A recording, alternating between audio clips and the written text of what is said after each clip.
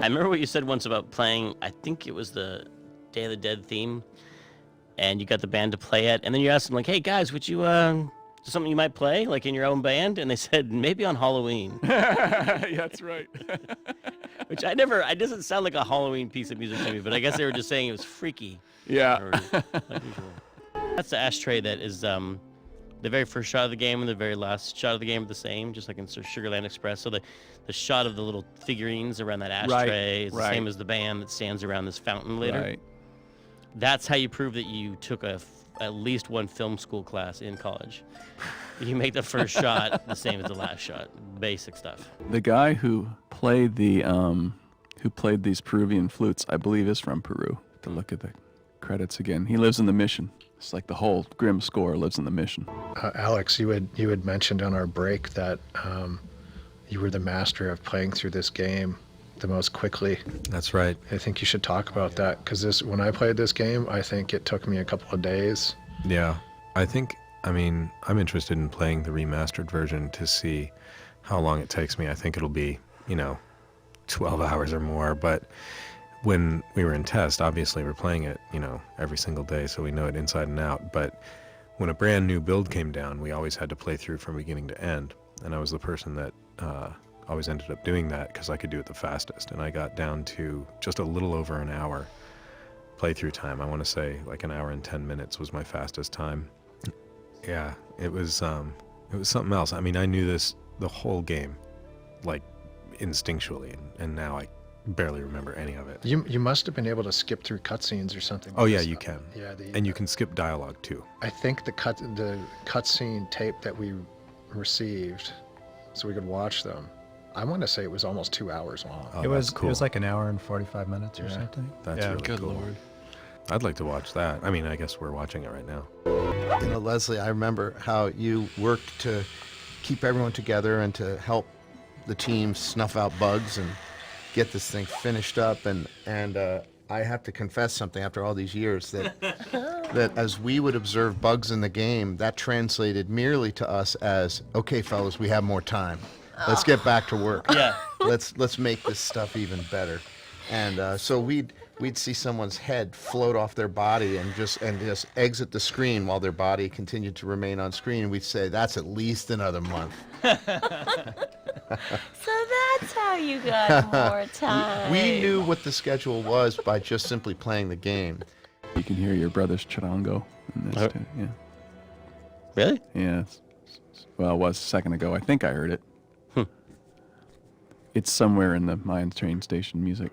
There was somebody that will remain nameless, but I remember they said, because they'd come out of advertising, and they said, well, there's 3 types of animation. There are dogs and cats who chase each other. There are dogs and cats that talk to each other, and then there are logos that spin around. Those are the 3 types of animation. So I guess we need to put that chains. made one potentially amazing animator quit. Yes. That ended up being Pixar. a soup at Pixar. So Yes. you can do your own homework to find out who that was. It's funny because Pete was always great at knowing. Not only would he know it was going to slip, he would always say, no, and then he'd spew out a date, and he was always within weeks. He always, and sometimes that date was way past where we were being told the date was. In fact, it always was. But he was always right, and I don't know if it was just a sixth sense or if it was. Well, I Him putting it together. remember specifically what you're talking about. And I'm not going to be completely correct, but early in the year, I predicted that it would be June. Yeah. Which was about 2 months past our deadline, and I felt very bold Yeah. doing that. Totally. But I felt pretty on solid ground doing that. Of course, this was internal, just within the sound group. Yeah, we never wouldn't would say share that this to you. with other people. And Pete immediately fired back, Day of the Dead. We all said, what? Day of the Dead. What is that, November 4th? Yeah, like 4th or Yeah. 5th? Yeah. November 5th? And so, you know what? He was within. We'd have to look at Wikipedia. Do Yeah. you remember the release date? I don't. Oh, remember. it was October 20. He Oh, was- man. he it was, was, enough. he was it was within October. a couple of weeks. Yeah. He was within a couple of weeks, and that was about March that he did that. Oh, and wow. it's quite amazing Yeah. that he was able to see that distance. I don't know how he did it, but he said it with conviction too. That's the funniest thing of all, and he ended up being right. I love those cars. You don't even get to see them in the game much, but there's some neat concept art of them. They have pipes coming out the side of them, which is weird. It's like Lotta's fixed them up. But I think they're based on some actual like snowcat combined with a panel truck. That's because like we'd have this list of things that are going to be in the game, and nothing was just like made a truck, make a truck. It was like, no, let's get Peter Chan design what a cool snowcat truck would look like in the 30s, but also kind of Mayan in a weird way, and Yeah, it is kind of Mayan. That's funny. like everything would get designed. Yeah, this is Alan Blumenfeld, who really brought a lot of heart to Glottis. Yeah, totally. He's just a real sweetheart. Oh, yeah. Someone told me like this was the moment they cried in the game, just hearing how scared Glottis was in the scene, because he gets really frightened. And it's actually a reference to a claim that a babysitter made about me when they were babysitting me. They had said, "Oh, gee, you were so scared when your parents." You would sit there and you'd say, "Mother, mother, I'm frightened." And I was like, "No, okay. First of all, I never said that. I never said mother." Yeah, that's suspicious right there. But it got to be this family joke. Mother, I'm frightened, mother. And so that line actually got in the game. I have to say, coming out of school, I felt super lucky to, first of all, be hired by LucasArts by some colleagues of mine who went to the same school, and to walk into this building and see all the concept art for this game on the walls. I was like a kid in the candy store. It was instant euphoric inspiration, and I just felt like the luckiest guy in the world coming out of school, getting to work on a project of this caliber. It was beautiful. Well, I think it's one of the real challenges for adventure games, because so many things you make for an adventure game are single use, like single use animation, single use scenes, single use textures. They're all like you do a first person shooter, you do adventure game, like a platform or something like that. There's so many animations that get reused so many times throughout the whole game. And an adventure game, a huge amount of it is just custom throwaway, meant to be seen, once or twice, and occasionally, all the time, like walk cycles. But it's not like Mario. At the time they were doing Mario 64, and it's like Mario has a ridiculous number of animations, but it's a finite set, and it's like they can all be loaded at all times. In this game, you have to dynamically load all the animations as they're needed, and you have to make sure they're available before they're triggered, so you don't get these glitches, and while you wait for them. And a lot of them are they're thrown away. They have to get, every single one has to be individually processed by a human to get them into the game and potentially rigged up. And that's one of the challenges of making adventure games, is that you have all these sort of custom things and you want to reuse them as much as possible. But in order to do that, you have to automate a lot of stuff, automate as much processing as you can. But you still have to have that ability to fix things. In film, we'll fix it in post. It's the same kind of thing. It's like we'll fix it in the engine, or we'll fix it in the tool, as opposed to we'll fix it in the source art. And that's the like you can walk to any room you want, and like all the little one-off assets. I think that's a unique challenge technically to adventure games that a lot of other games, other genres don't really have to address. But we're constantly like loading in custom stuff and kicking custom stuff out, and on this game, memory is tight. You walk into this room and we need 16-bit flipbooks of doors opening and closing, and one-off animations of you may go and play the piano, you may not go and play the piano, and there's all this technical kind of tomfoolery going on of trying to get the content that may be that somebody might be used, might not be used. You might just be running through this room to some other room, place, yeah. And it's not like loading up a level in a first-person shooter where you're like, okay, I know what's going to be in front of the user at any one point in time, and we're going to use the same bad guy 50 times over. So I just need to get the stuff to run the bad guy in memory. This was this constant dance of like just-in-time loading and management of stuff, because you could walk into this room and spend 10 minutes in this room and explore every bit of content that this room could offer you, or you could just be running through on your way to somewhere else. Back to this other puzzle. Yep. Tim, how come you know so much about neurosis and psychosis? It's really I don't know if this is quite all. I striking. don't know if any of this is legitimate psychological knowledge or just what I learned from movies. Well, speaking as sort of a crazy guy myself, it rings true to me. Actually, I think it was funny when you came in and you were all excited about working on this game. Like, I really like adventure games. I want to do this kind of thing. I want drama in games. And I think about Telltale, and it's like, okay, yeah, that's pretty much in keeping. It was a long time ago. But I remember when you came in, it was like your game that you had worked on was like a helicopter game. Where you Helicopters. Helicopters. And it was like as far different from this as you could possibly imagine a game would be. And I would not have imagined that a person who worked on helicopters was actually interested in adventure games. There weren't any games like this. All I wanted to do was play with little people and computers, and I had gotten to the point where I almost ended up working on a baseball game because that was the closest thing I could find to little people and computers. And that's when I saw this. I was just like, it doesn't matter. I have to work on this. Yeah, the sprouting was came later. It was like a solution to a problem we were having narratively with the game, which is like, how do you make anything matter in the Land of the Dead? Right. Like, if you're going up against mobsters in a movie, usually you're afraid they're going to kill you or someone you love, right? Or break your thumbs. And Land of the Dead, who cares? You're dead, right? So we're like, how do you kill people in the Land of the Dead? And so we wanted to have it be that you were essentially brought back to life. Like, it went the other direction. You were returned to flowers. And then flowers become the symbol of death in a weird way in the Land of the Dead. But flowers are such a huge part of the Day of the Dead, like the marigolds that you use in the Day of the Dead celebration, and the smell of marigolds are like a big part of the ceremony. So it was nice to have them be part of the game too. And then at the end of the game, we wanted to have this thing called the meadow, which was just full of flowers, which hopefully by that time would just look like death to you. I think I offended Tim once when I said, Tim, you should write scripts for movies. This is such a great idea. And Tim said, I make video games. I want to make video games. Why are you telling me to do something different? And I felt bad. You cried that time? No, I only cry at night, late at night. But Tim was often at the office at nighttime. I remember him. Oh yes, locking his office door and me trying to peek in between the curtains he laid over top of the glass, and he would be in there for days. Wow. Yeah. Yes. When he finally got down to doing the dialogue stuff, I remember that it was always like a pressure valve that blew on him at one time or another, and he would just lock himself in and churn out this amazing dialogue. No, I mean, I think Tim was a very intimidating person. To try and be funny around Tim was hard because he was so funny, and I never felt like I kind of rose to. I relied on my funny Canadianness, right, and my looks. That was enough.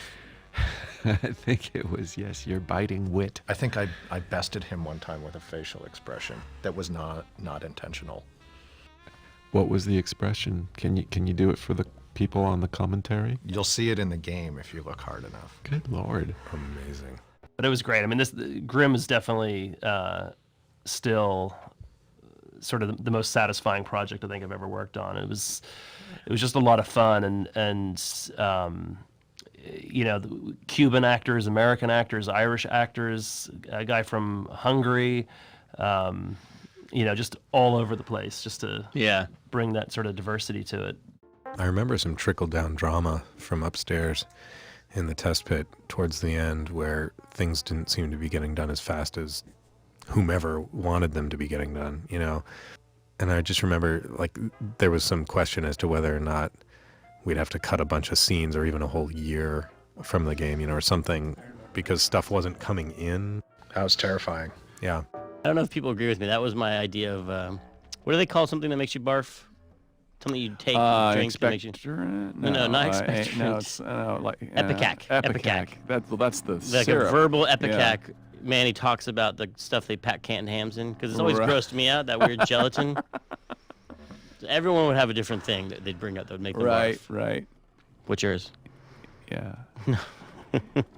Ipecac. Oh, look at that. It sounds like what you do when you eat it. Ipecac. Yeah. I don't know how players are supposed to figure out this puzzle, that you have to fill the floor with regurgitated gelatin. It's not the first thing that jumps into people's minds. Where the hell did you get that? I forgot there was nitrogen. I thought forgot there was a regurgitated gelatin puzzle in the game. That's a standard thing, right? The studio, and he had a silk shirt on, and on top of the silk shirt he had a sort of a little sweater, sleeveless sweater. And we were recording, and it was like, God, what are we hearing? What are we hearing? And the engineer's like, oh, I think it's a sweater. And we're like, hey, Tony, can you take your sweater off? Takes the sweater off. Back to rolling again. Sound's still there. So he took his sweater off and went back to rolling, and turned out it was a shirt that was making the noise. And we were like, Tony, it's the shirt. It's a silk shirt. And so he's like, it's okay. I got a t-shirt on underneath. So he was down, Just stripping down. He was stripping down into his t-shirt, and did the rest of the session in his t-shirt. But that was the thing with Tony, is he just loved, he loved working. And for part of the production, he was shooting at night on a movie, and there were a couple of days where he came in and he only had like a couple hours of, a few hours of sleep. And I remember saying, like, we can reschedule the session, and he's like, no, let's do it. And he always was Nailed there it. to give it his all. One of the standard things that happens in noir is a guy meets a woman that just spirals him into a world of shadows and intrigue and stuff like that. And sometimes it's because it's a femme fatale who's up to no good, and sometimes it's also a totally innocent woman who just happens to be on this path that she's in sort of trouble, and he gets pulled into it. So you meet Meche in this world, and it spins Manny off into this whole different path. But it's really, for some reason, it was important to me that Manny was actually partially to blame, or feel like he was partially to blame. Right. Like he thought he had caused her to be lost. Right. When it was actually more Domino's fault that she got sent off. He stole her number 9 ticket. Well, you didn't want to blame the woman, like Well, no. say Double Indemnity does, or Yeah, where she was actually scheming and Yeah. and where this is more just someone who Manny feels like he has caused misfortune to come to. right, or Maltese Falcon does, for that matter. Yeah. Yeah, I remember having to get extensions. That was like my favorite. Oh, yeah. No, I would have to go in because I'd be the same thing. Because I always advocate for the artist, and I did. I mean, that's why I loved working with Tim. He's so creative. And so we would talk and collaborate, and then when I'm like, no, look, this is the date, because I'm trying to say the date, and then he did the ship story. And so then we had to go get more time. And I was like, well, how are we going to do that? And then he was like, here's my technique. I go into Jack's office and I stay in there and I threaten to light myself on fire, and I just scream and I stay in there until he extends the date. And I'm like, that's a great strategy. Yeah, it worked. I know. Threaten to light myself on fire. Well, That's see, one we of would my never favorites. try that in the sound department because Jack would just say, "Go ahead." Yeah. We haven't done it in too many games, but having a year transition between things and changing the location and letting you pick up friends and travel, like, just allows you to have so much character development, where Totally. Manny and Gladys have now been through a lot of stuff together, and they're in different clothes, they're in different jobs, and they've moved from town to town together, and just starts to build this real friendship between them, which is nice. And I think I realized I'm going to put 4-year transitions in all games from now on, just so we can have that kind of relationship building.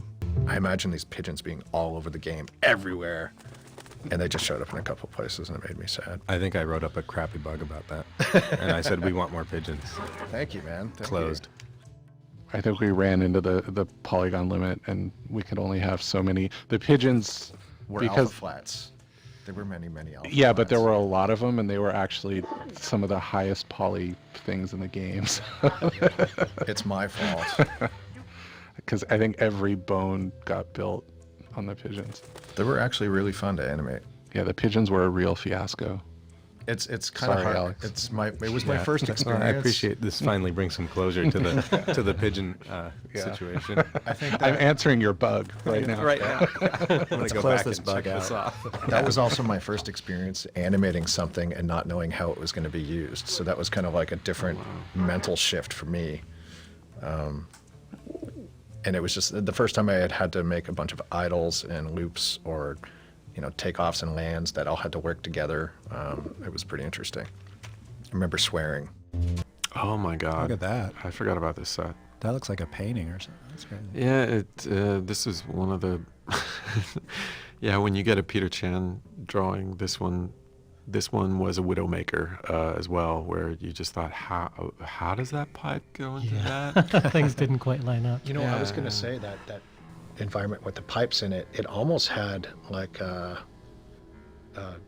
Day of the Tentacle or Sam and Max feel to it. There's a lot of distortion in the pipes, and felt a little more wacky than what we see in the rest of the environments. No, definitely. I didn't put in too many late nights, but there was one where I was in the office at 2 in the morning just making notes on the script, and all of a sudden Chuck Jordan walks by my office and says, "Hi," and there was a way about him that 10 minutes later I got up from my desk and went over to his office and went in and said, "Did you just get in?" And he's like, "Yeah." He's like, "I got in at 2. At 2 in the morning." He's like, "Yeah." And I guess that he had put in so many late nights that his whole time clock had shifted. And so he said to Tim, he's like, "Hey, is it okay if I just come in at 2 in the morning?" And Tim was like, "Sure." Remember the big wall of concept art that was like and 15 feet tall, and you'll see on the internet, probably see some of it on the special edition of these pencil drawings that are, and you only get to see them one at a time. But there were hundreds of them, and they were all pinned up to this giant corkboard. Yeah, it's like wallpaper. Like wallpaper. Yeah, yeah. It was amazing to see this beautiful art transform from these pencil drawings on the wall into the game in front of you, and it kept the style in a lot of cases. I mean, some of the things were the 3D faithfulness. scenes were amazing. Yeah, the faithfulness to those original Peter Chan drawings is incredible. Remember the big wall of concept art that was like and 15 feet tall, and you'll see on the internet, probably see some of it on the special edition of these pencil drawings that are, and you only get to see them one at a time. But there were hundreds of them, and they were all pinned up to this giant corkboard. Yeah, it's like wallpaper. Like wallpaper. Yeah, and it was amazing to see this beautiful art transform from these pencil drawings on the wall into the game in front of you, and it kept the style in a lot of cases. I mean, some of the things were the 3D scenes were amazing. Yeah, the faithfulness to those original Peter Chan drawings is incredible. This is a really boring fact, I'm going to share it anyway. There's no inventory combinations in Grim Fandango. You can't use an object with another object in your inventory. Oh, that's right. So if you want to put the bone in the bone grinder, you have to put them in this receptacle in the room. Another weird mechanical contrivance from my own head. A handheld snow grinder that would plug into a giant snow grinder. I'm sure they have those, right? Wait, what's a snow grinder? It's like a fake, like to make fake snow for the show. And this is what I'm talking about. You can't use the hand with the snow grinder. Oh. So you put the snow grinder down and then put the hand in it and then pick it up.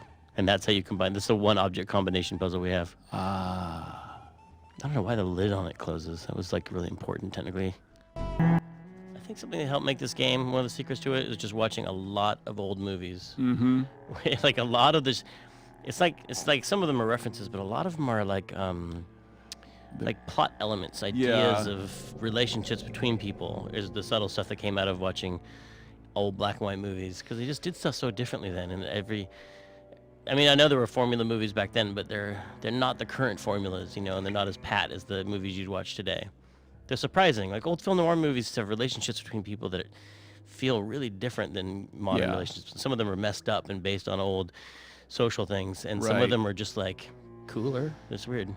Well, there's a certain stoicism that you don't,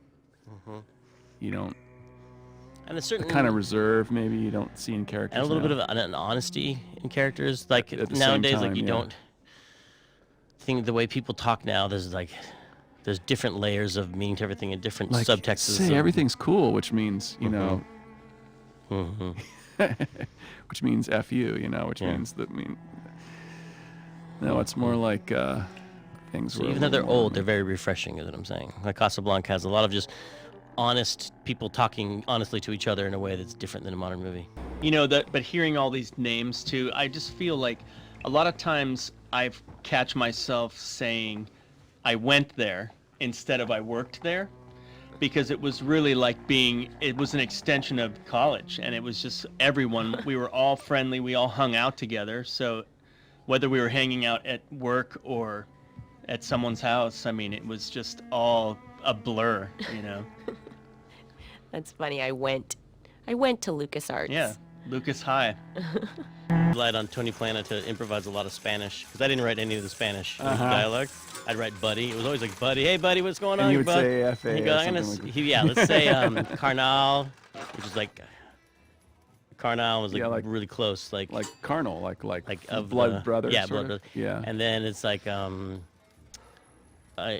think he calls him hermano, like brother, a few places. And also the Icole. And then there's a really bad word for goat, which he's like, oh, in Cuba, he's a Cuban actor, and he's like, it's not that bad in Cuban. In Mexico, that's a swear word. But I mean, here, it's, so there's some Spanish in here that might be not for children. Need a rating. Yeah, I need a rating only in Spanish. I think he's doing army. I think that's his deal. He's doing like Right. Yeah. No, I Soldier get Boy. it. Yeah. It's like Gomer Pyle. Yeah. Kind of like Gomer. Not Gomer. No, he's doing I don't know what he's doing. Well, I mean, not Gomer specifically himself, but that sort of world of humor. Like T. Boone Pickens. No, not T. Boone Pickens, but T-Bone Pickens. That's some of the most Slim visually- Pickens. There we go. Now. Oh, exactly. Like Slim Pickens in Doctor Strangelove. This game was so long and complex and had new characters in like the last act and stuff. Right. And I was like, how do we make so much complexity in in 3 years? I know it sounds like a long time to people who don't. A lot of it was that it was double through. It was like 6 years because we also worked all night for 3 years. That's true. We worked all day and all night That for is 3 years. true. It's like a 6-year project. And for the good of the games industry, we try not to do that anymore. And people thought when the game was going late, like it took longer than it was supposed to take like a year, not like 3 years. Yes. And people wanted to do it episodically though. Let's just release it episodically, but who knows what would happen if we had done that, because it might not have made Act 2 or Act 3. Mm-hmm. Because of the way things are changing at the company. I really like puzzles where you use things backwards. Like you use the instead of using a metal detector to find something metal, you use something metal to find a metal detector in the kitty litter, and then here you're instead of shooting Sproutella into a bones, you're using bone flakes to expose a Sproutella chain. I love this room. It looks almost exactly like the concept art. It looks like so painted. Or to open a door, you lock it. Maybe that's just the formula for all the puzzles. You do something backwards. There was a certain amount of improvisation that the more towards the end of the game you got, the more the musicians improvise, and so sort of like this sounds like everything's the Meadow kind of, isn't it? It is. It's a little bit like that. In fact, I think it's a remix of some of the tracks I used in the Meadow, and they're sort of riffing on the Hector theme. Wait, how are they? Where's the Hector theme in this? The da da da is part of Dun, dun, dun, dun, dun. Oh my God, you're ripping this whole game wide open with this Hector conspiracy. It's what I do is hum the Hector theme to them before they would start jamming. I really didn't like early 3D, Yeah. like 90s 3D, because Right. I always thought it looked like cardboard boxes that were taped together and that someone had dragged nylons over, you know? and that implies a lot more smooth skinning than actually existed. It was really like, it was really, and then everything was painted on the outside, even things that should be modeled as an interior space, like ribs on a skeleton or something. Everything was painted on the outside. Right. And it looked ridiculous. So it looked like everybody was wearing a Halloween costume anyway. Yeah, and then I saw those paper mache skeletons where they painted the ribs on the outside, and I was like, this is perfect. This kind of folk art would actually look really good in 3D. There was a lot of pressure to get into 3D back then because it was seen as the future. I mean, obviously it was, because a lot of everything turned into 3D, but 2D is still a big money-making thing in games too. One of the things that I think people don't realize is it's not just pre-rendered art, but there's pre-rendered Z buffers. That's right. Through the whole thing. And Yeah. we thought that the pre-rendered Z buffers were just do all the work for us, and it turned out that if you look through the game data, the pre-rendered Z buffers, there's a lot of hand-painted pre-rendered Z buffers. We made a Z buffer editing tool, which was funky because it's 16-bit data and you can't edit 16-bit data in an 8-bit monitor. So Yeah. you'll It see. was grayscale. It looked like a ghost scene. It's like you look into like a foggy version of the world. Yeah, so we did like a quantized 8-bit version of it, and you could paint into it, and people would just use like big boxes and find places there where he was clipping, or we didn't want him to clip. A lot of it was he was slightly behind something and he shouldn't have been. So you would like go into the edge of the sofa or something and you just black it out. Black it out, yeah. So that he would push pop in front of it. There's a character who shows up later on called the Florist, who is played by a great actor called Keith Sarabajka, who I've worked with a lot over the years. And Keith, oftentimes when he auditions, the characters the way he does his auditions, they're not usually safe choices that he makes. And the first time I came across him was he was auditioning for Boston Low, and he just, Boston Low's a space commander, and Keith was doing something very deep and dark and strange, and because his last name is Zarabajka, it just sort of stuck in my head, and I used to always look forward to whatever audition Keith was going to throw our way, and they were always bizarre and never appropriate.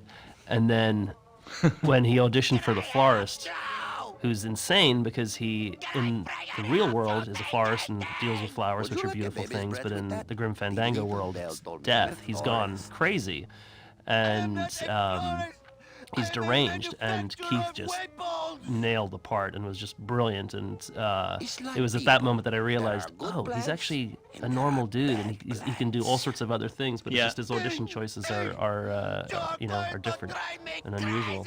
I do remember during Full Throttle you saying, what we've never made here is just a real like swing era, like crime, film noir story.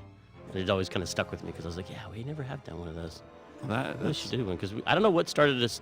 A lot of us at the company were starting to get into film noir. I don't know if it was because there was a film festival at the Lark Theater where they showed every single great noir film, and we went to that, or if it was just we were at that age where you started reading Raymond Chandler.